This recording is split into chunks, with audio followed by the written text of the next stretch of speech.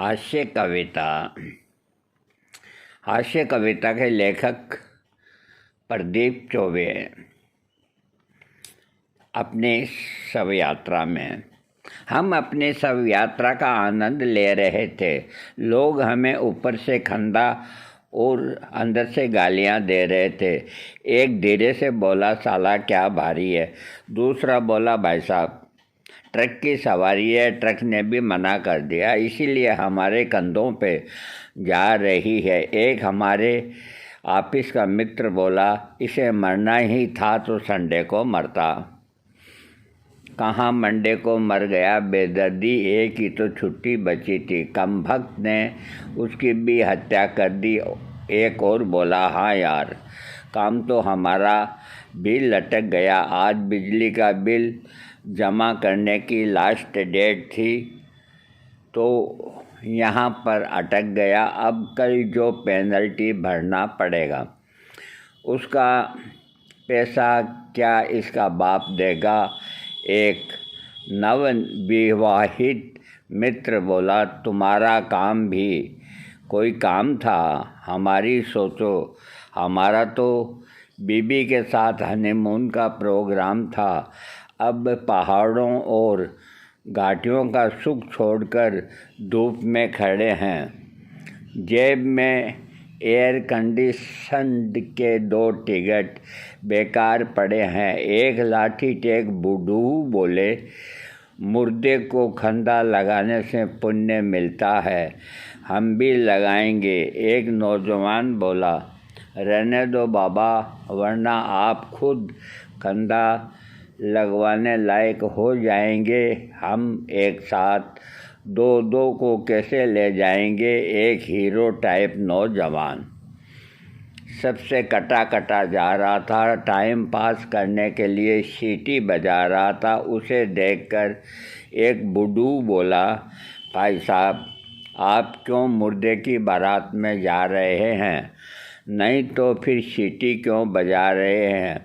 और हम क्या फालतू हैं जो कंधा लगा रहे हैं। एक आध बार आप पर भी तो लगाइए। नौजवान बोला, रहने दीजिए, हमसे कंधा मत लगवाइए। कंधा लगाना बुरा होता है, जो एक बार लगाता है सारी उम्र रोता है। हमारे शहर में एक नेता आया था। उसने अपने भाषण में बताया था कि देश खतरे में है, बचाओ और बचाने के लिए कंधे से कंधा लगाओ। उस नेता के विचार हमारे दिमाग में घूमते रहे। हम बहुत दिनों तक अपना कंधा लिए देश को ढूंढते रहे, मगर देश जाने कहाँ खो गया था। शायद मंत्री जी के झोले में बैठकर एक्सपोर्ट हो गया था, मगर हमें तो कंधा लगाना ही था। इसीलिए जब देश हमें नहीं मिला तो हमने अपना कंधा एक सब्जी वाली को ही लगा दिया। वो तो कुछ नहीं बोली, मगर पुलिस वालों ने डंडा लगा दिया। जनता के जूते अलग से पड़े। रात भर हम थाने में सड़े। और भारतीय थाना, उसके बारे में आपको क्या बताना। मैं अकेला और 10 हवलदार। वो पिटाई हुई यार की रात भर में काया आदि हो गई। और जमानत पर छूटे तो देखा बाहर पंडित को लिए वही सब्जी वाली खड़ी थी, उसी से शादी हो गई। अब तक रो रहे हैं ये सारे लफड़े, सिर्फ कंधा लगाने के कारण हो रहे हैं।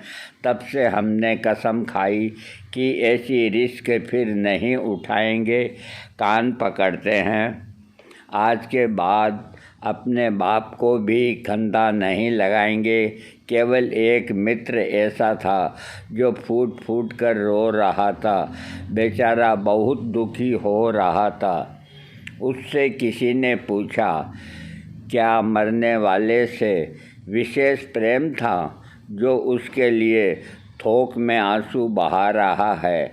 वो बोला, मरने वाले को गोली मारो भाई साहब, हमको तो अपना 100 रुपये का नोट याद आ रहा है, हमने अपने बाप से लेकर दिया था।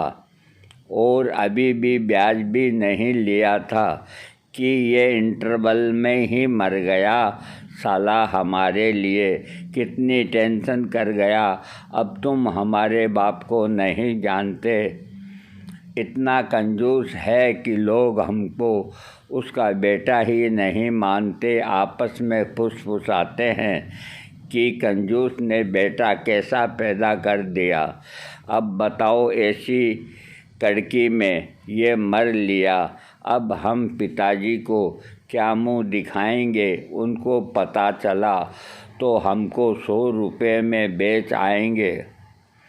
तभी हमारे मोहल्ले का कुल्फ़ी वाला आगे आया और उसने अपना कंधा जैसे ही हमारी अर्थी को लगाया, कमबख्त के मुंह से आवाज़ आई, ठंडी मीठी बर्फ़ मलाई। कोई पीछे से बोला, कमाल है भाई, यहाँ पर भी धंधा। दुकान लगा रहे हो या कंधा। वो बोला, क्षमा करें। मुंह से निकल गया तो क्या करें। ऐसा नहीं कि मैं सब यात्रा के कायदे कानून नहीं जानता, मगर इस मुंह को क्या करूं जो नहीं मानता। जैसे ही कोई वज़नदार सामान कंधे पर आता है, मुंह से बर्फ़ मलाई पहले निकल जाता है।